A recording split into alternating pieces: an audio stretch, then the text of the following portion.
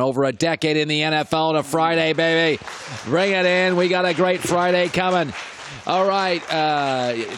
Very handsome. Jimmy Garoppolo. You know, everybody's making fun. I came in this morning and I said quarterback face. NFL scouts use that. Carson Palmer. Quarterback face. If you look like Carson Palmer your whole life, you walk into rooms, you have confidence. Jimmy G. It's crazy, man. Quick story. So last night, my wife really doesn't watch a lot of football. So I'm in the kitchen. Excuse me. I'm in the kitchen. And she's like, who is this? I'm like, who? She's like, the guy on TV. He's really cute. I was like, I don't know. So I look. I was like, oh, that's the quarterback. Man, he's really cute. It's just last night. True story. Yeah. There's something to be said about confidence. Do you like his game?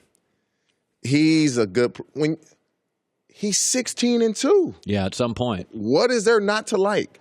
You want your I've always said this. You want your quarterback to do two things: win and lead.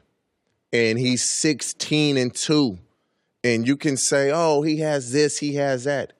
There's people that have more, and they're not 16-2. They got a bunch of young receivers. Both tackles are hurt, and Matt Breida was undrafted. Don't tell me they have talent. Most of it's on the D side in terms of elite first round guys. Yeah, most of their offensive guys are. I mean, they got a lot of guys on offense.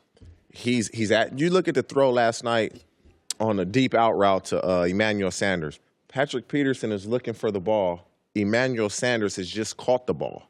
And so the way he threw with anticipation, It was a great throw. He wasn't even out his break yet. It was a perfect throw. And he's winning and he's lead. That's all you want. He made throws when he needed to make them. The defense didn't play great last night, so Jimmy G was like, okay, I got y'all. Yeah, and they didn't have a ton of running game last night. Like, last night was the night it's like, all right, Jimmy, this is your night, and he did it. And at some point, 16-2. Kyler Murray also, good feet, throws a beautiful ball. He may throw the tightest spiral in the league. It works for me. I hate their O-line, but it works for me. Kyler Murray is good. He's good. But when you're drafted number one, you should be.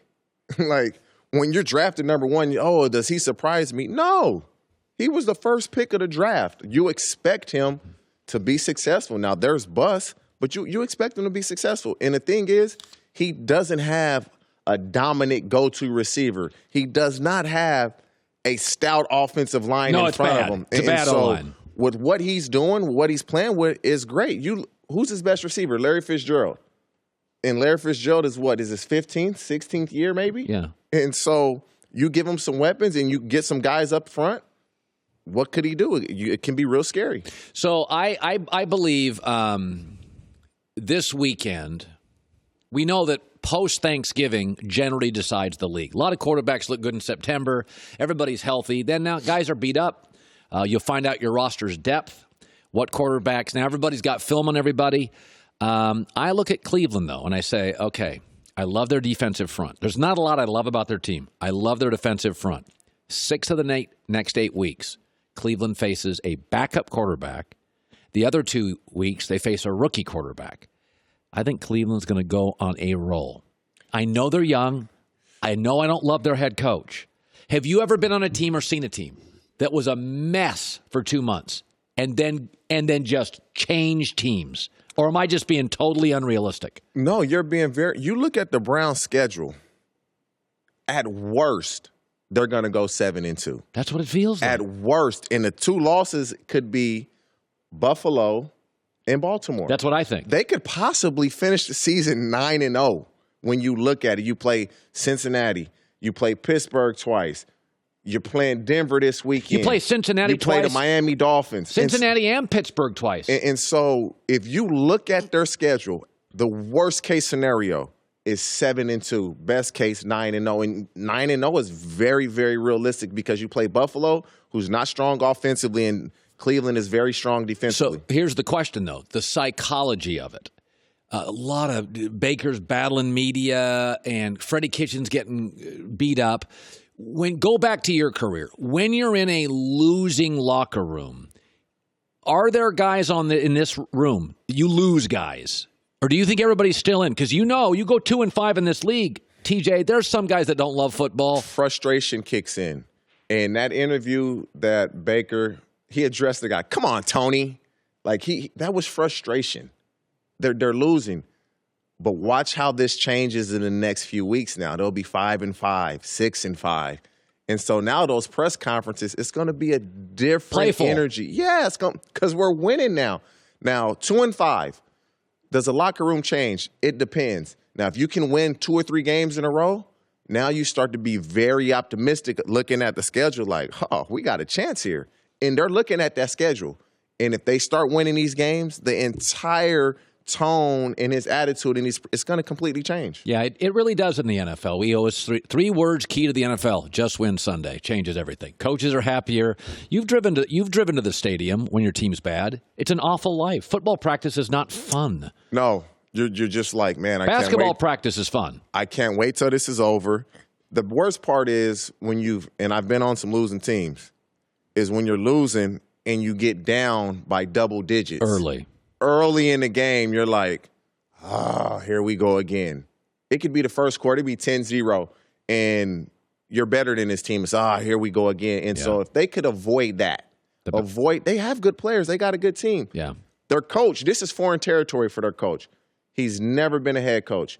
He wasn't an offensive coordinator until an interim tag got put on him last year. This is foreign. They have too many weapons. He didn't really know how to navigate through that. That's key. They should have an idea of now how they get Kareem Hunt back, another weapon. So hopefully he's learned from this first half of the season and they can navigate through this and finish strong.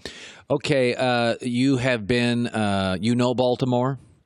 You understand the organization. And this is the biggest game in Baltimore in a long time. I worry that Lamar Jackson's a kid.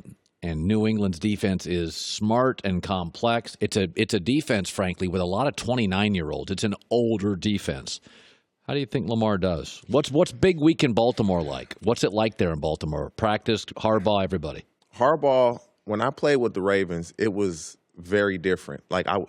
He makes sure guys are fresh. He takes the opinion of his players. That's one thing that I know.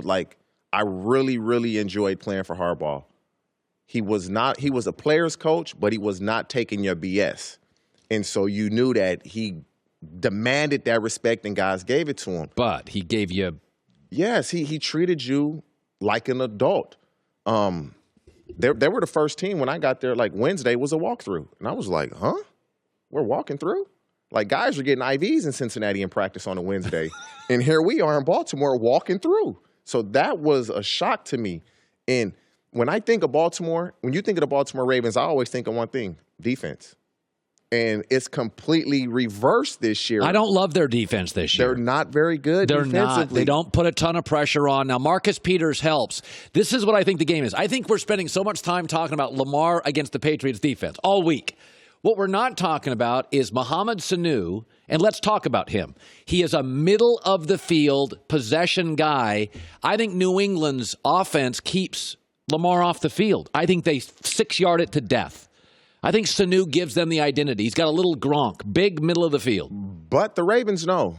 New England is throw the ball in between the hashes. That's what they do. They know that. And so you got Jimmy Smith, you got Marcus Peters, you got Marlon Humphrey.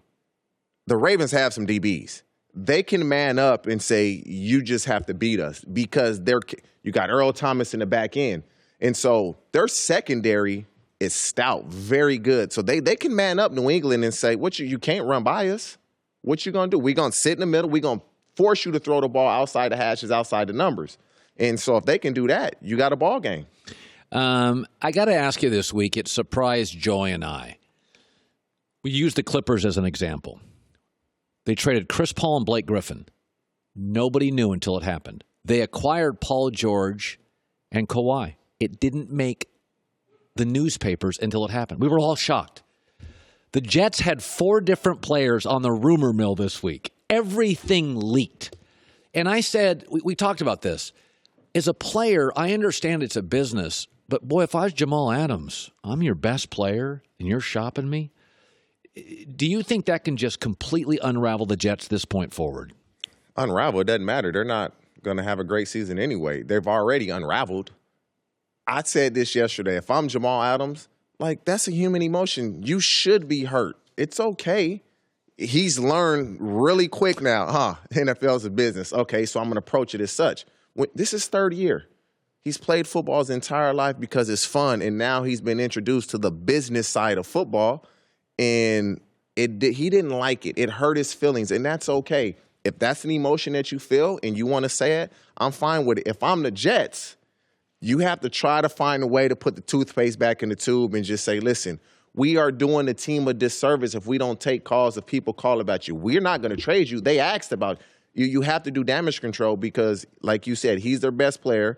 He's a young player, and you don't get better by letting good young players go. You don't. By the way, when did you first learn it was a business?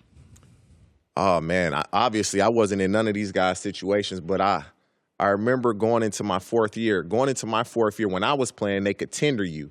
And so you get original round tender, you get a first round tender, you get a second round tender. And I hadn't played much up until that point. And Dennis Erickson had just got hired in San Francisco. He was my college coach. I'm like, I'm out of here. I ain't playing for the Bengals. I'm gone. And they slapped that tender on me. And San Francisco was like, oh, this is what it is. No. And I was like, really? I got to stay in Cincinnati another year? And I'm like, I haven't played. Why are you guys tendering me? I haven't played. I haven't done anything. And you're going to play on this tender, or you're not playing at all. And you're just like, oh, okay. But I just wanted to play. For me, it's guys like Jamal Adams, it's different than what I had to go through. You wanted reps. I just wanted to play. And so once I got to play, I didn't care where it was. Exactly. I just wanted reps. You had more power in college. You could have transferred. Yeah. You have, especially now. Oh, God. Half the team in basketball, a third of the team transfers every year. It's great. If a coach can leave, why can't a player? Why not? TJ Houshmandzadeh, it's great having you. Hi, everybody. Thanks for watching. Subscribe here to get the latest from the show.